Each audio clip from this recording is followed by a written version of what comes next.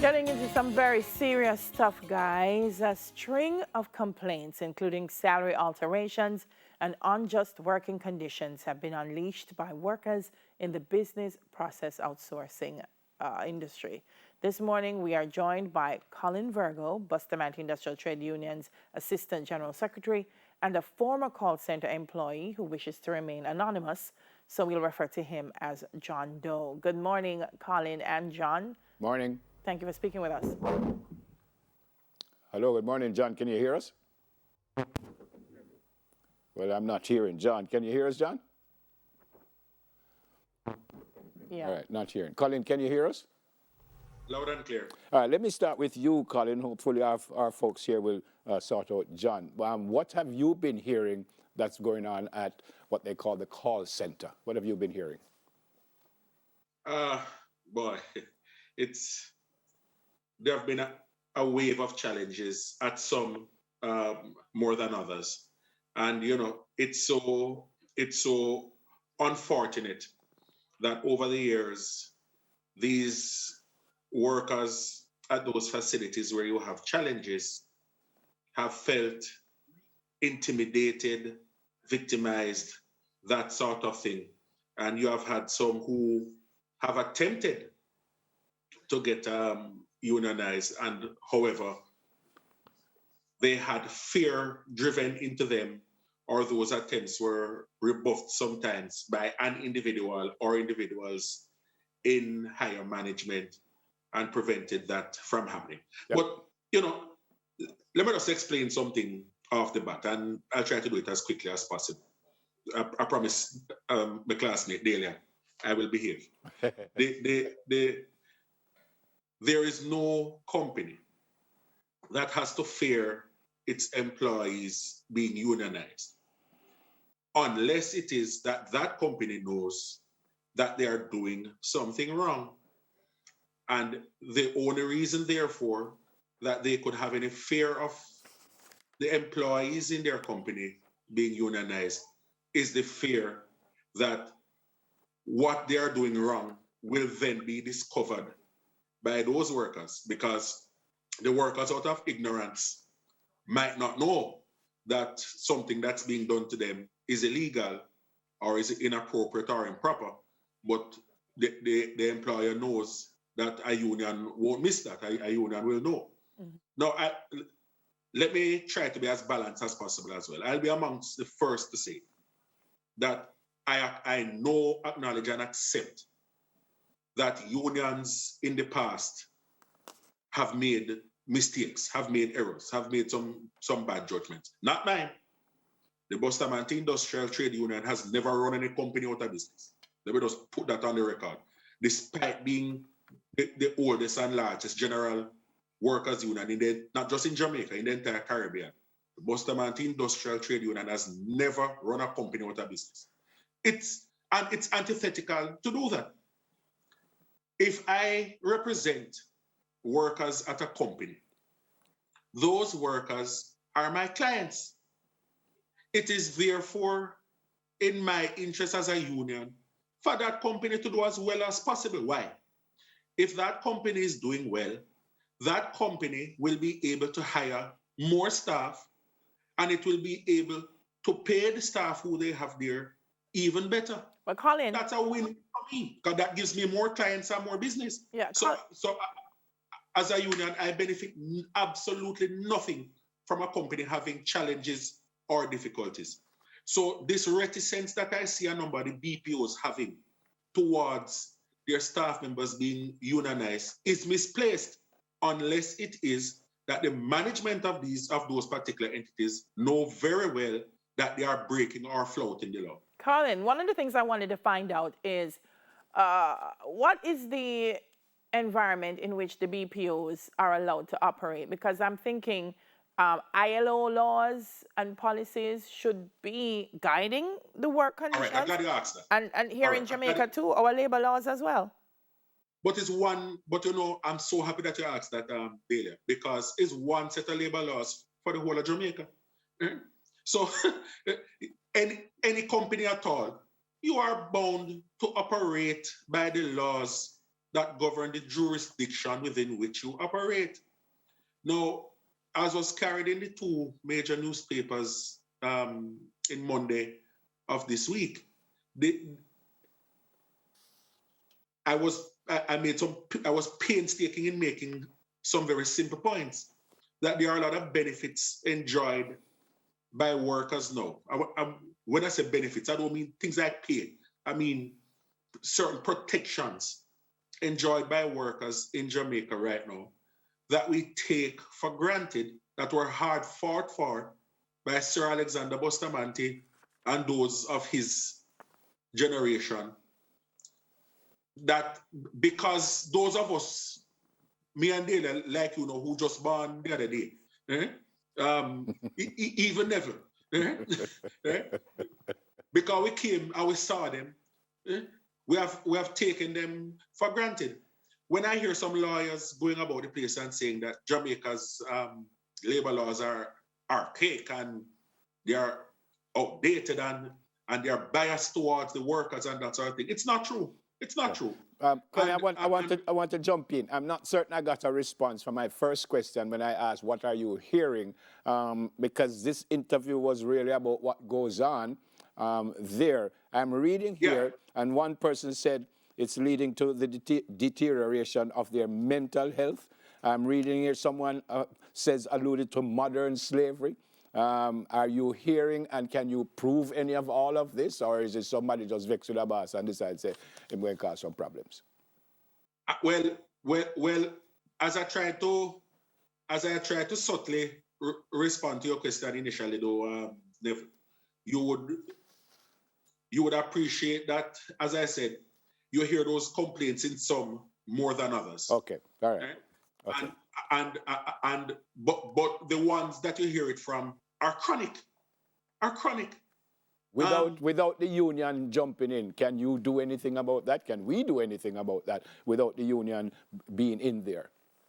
Well, one of the good things is that some 2 decades ago, thereabout, the law was changed, and it allows individuals to have matters taken to the Ministry of Labour without the staff member being unionized. So that is one of the good things. But one of the bad things, Neville, and which is why I am so upset when I hear lawyers claiming that the labor laws of Jamaica are biased towards workers, which is the furthest thing from the truth.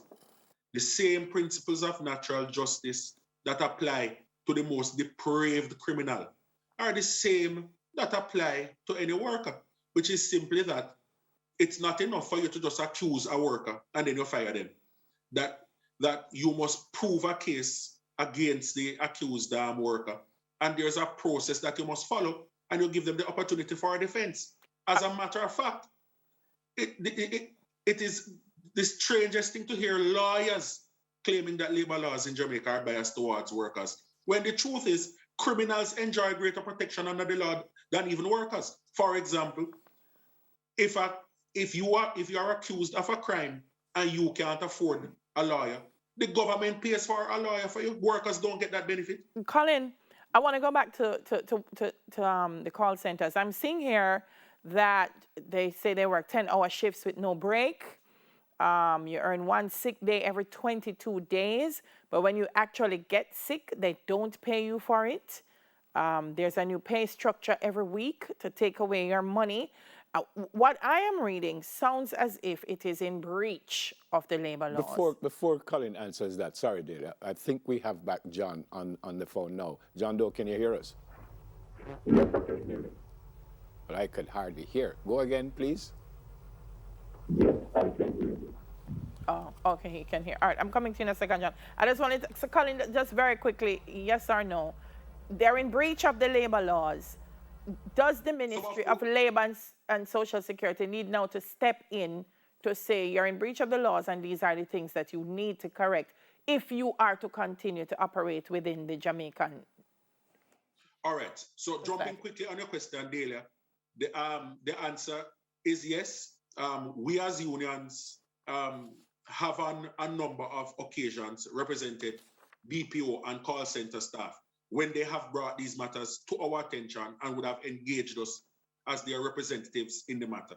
Because one of the primary purpose of unions is to have an intermediary to assist you with your defense in the same way that the government pays for a lawyer for a criminal who can't or claims that he can't afford one.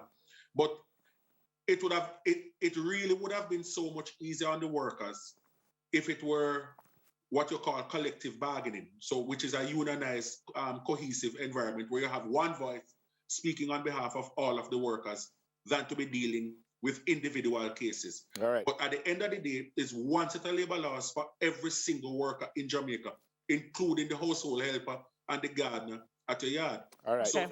I think John is back. So Collin, so protection is available. I'm going to jump in again, Collin. John, you worked at a call center, or are you still working at a call center? Yes, I worked at a call center. So you're not working there anymore? No, I'm not working there anymore. Tell me some of the problems that you have encountered, some of the problems that you have seen your co-workers encounter, please. All right, so just to add some of the credibility, I have 3 years experience working in the BPO sector. And from those experiences that I want to share now, I'll start by saying that agents and also me have expressed how we experience anxiety when we get to work. So before we even log on to the phone, we're saying, oh my God, what to expect? Because we realize that many of the customers that will come on the phone, they will be very irate. And we're not talking about customers who are just, upset because the service wasn't working, etc. We're talking about customers who will degrade these agents. I have experienced racism while taking calls. And we'll make these complaints to, the team managers or supervisors. And they'll say, well, this is what you signed up for. I'm saying, but how do you protect us from all this negativity? We understand that we don't know these persons who are calling, but the degradation is too high. This is affecting our mental health, and it is very hard to remain positive for hours when you've been exposed to such vile comments about. I'll give an example. A customer came and said, "You are nothing. That's why you're working in a call center." I want to intervene though, John, because I want to say I don't know if your employer can dictate what the customer says. So I think that's a different discussion in terms of how they prepare you emotionally to deal with the kind of abuse that comes from working in a BPO. But I think some of the things we wanted to raise are, what are the things that are in breach, I would say, of your rights and the laws that exist. We're hearing about 10 hours with no lunch, sick leave, and you don't get pay. Are those also real concerns in the call center? And if you have on a television, turn it down, please. I think we're getting a feedback. So if you have on your TV, turn it down, please. But please answer the question for Delia. Okay, yes, I understand what you're saying. I was just mentioning the avenues that could have assisted with those kind of exposure. Yes. So yes, with regards to the 10-hour shift, we have experienced where persons are being told that they have to sign a waiver to agree that they will work extended amount of hours. Wow. And if you don't sign the waiver, they're going to basically say, okay, well, your job is on the line. If you don't want to work, past the 8 or 9 hours, then it makes no sense you're working there. So that is one experience or example with regards to, the extended shifts. And as it pertains to the breaks, you are told that you need to request for a break, and that's if it's available. So if a case where there's a high call volume, you're not allowed to take your break. You said in the first response, you said when you complained, they said this is what you signed up for. So are you suggesting that there are things that happened that you didn't sign up for? Yes, absolutely. Because when you're reading the contract or you're going through the orientation process, they don't tell you the thing. You're not told that this is what you should expect. Signing the waiver, being told that, okay, you won't be allowed to take your lunch or your break if a case where the cost value is too high, etc. They don't include those things. Okay. And you said they told you that you are nothing, that's why you work in a call center. The customer. Yes, that's Oh, the customer told you that, not the employer. Customer. Yes, what the employers will say, where the manager specifically, when you come to complain, you get examples like, well, if you could have found something better, you wouldn't be here. Oh, so the boss tell you that? Yes. Wow. Wow. Why complain when you can't find anything better? If you could have found something better, then you would not be here. So it makes sense, you just take what you get. Yeah. Collin, where do we go from here? We have like 10 seconds because particularly I'm seeing in Portmore, we're building more BPOs every day. So Well, as I was saying earlier, though, Delia, every employed person in Jamaica enjoys the same protections under the law. Granted, there are a few additional protections for those who are unionized, and especially those who are delegates. But nevertheless, any aggrieved employee can always reach out to us at the union because we can represent them in their individual matters in just the same as we would if it were a unionized environment. That is the crux for the time being, because until we are able to fully organize BPO workers generally, and I'll try to be as fair as possible to in that not all BPOs are bad. Not all BPOs treat their workers that way. And even that manager who would have made that comment to our other guest here this morning is actually quite dunce, because call centers have long evolved way beyond call centers. There are no BPOs now.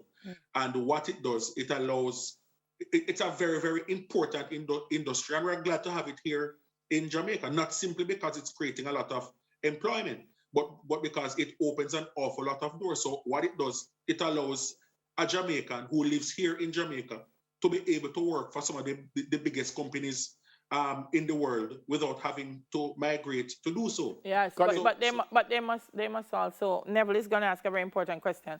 If we work for the biggest companies in the world, that should be reflected somewhere. John, you still with us? Yes, I'm still with you. If you can give me an idea on how much a call center worker would make for the month. On average. On average. On average, I would say $35,000. 35, 35? Sorry, 35 a fortnight. So it would be 35 a fortnight, so 70,000 for the month. Yes, correct. And tax comes out of that? Tax comes out of each 35, yes. Oh. Wow. And your bonus is tax expense. And it seems like you're working more than 40 hours for the week, right? That's correct. If you're a case where you really need to make some money, you're going to want to put in more than the 40 hours, to make ends meet. So you don't get overtime? Overtime is conditional. It's a case where when it's available, you can do it. I don't understand that. Explain that. I mean, I don't understand. Explain that. So there will be peak periods, and they'll indicate to you that, okay, we need more agents to, do overtime. So they'll say, OT is available, and then you can do it. However, if you do overtime without permission, you will not be paid. Yeah. Okay. I guess that's fair enough. Yeah. Collin, it sounds to me like this is a bigger issue than individual BPOs or even groups of workers. It sounds to me like there needs to be some kind of coming together of the Ministry of Labor, all unions, the BPO representatives to come to some kind of agreement on how the Jamaican worker is going to be treated going forward. Delia, you are absolutely correct. I made that same overture to the private sector organization of Jamaica and the Jamaica Chamber of Commerce last year, Okay. in that all the parties, precisely as you laid it out, that, in fact, you said it so word for word. I try to remember now if you are a part of that discussion. But I said precisely that we need to come together, sit at the table, and work out a way forward. And I've made similar overtures as well as it relates to the security guards, because a lot of the challenges are uncannily and precisely the same. Mm-hmm. All right, we have to go, my friend. Thank you so much for speaking with us this morning. John, thanks again, and hopefully things will work out much better for you as you move on. All right, God bless you both. All right. Sincerely appreciate the invitation. Yeah, man. Thank you for being a part of the conversation. Yeah, man. Collin Virgo, Bustamante Industrial Trade Union's Assistant General Secretary. And thanks to John Doe for sharing his experience. Obviously, that's not his name, but again, we're protecting folks here. So there's an Instagram account called Behind the Calls, where former employees from the BPO sector are sharing their experiences. Here are a few of the comments. I had a complete 10-hour shift with no break and no lunch because they say all hands on deck. If you take a sick day, you will lose $16,000. The system went down for over 5 hours. We're being told we will not be paid. It's like every week they come with a new pay structure just to take away your money. It's heartbreaking because a lot of these BPOs are young people, are the main resource. And young people just coming out of school, just trying to make it in a life, just trying to get a little head start. And if this really is the condition that, I mean, the BPOs would have to respond, you know, so we'd know from their part what's happening. But something needs to be addressed now because this can't continue. Yep, definitely. All right, we're going to go for a break. When we come back, the second edition of News in 5 comes up in 5 minutes. Stay with us, please. Soon come.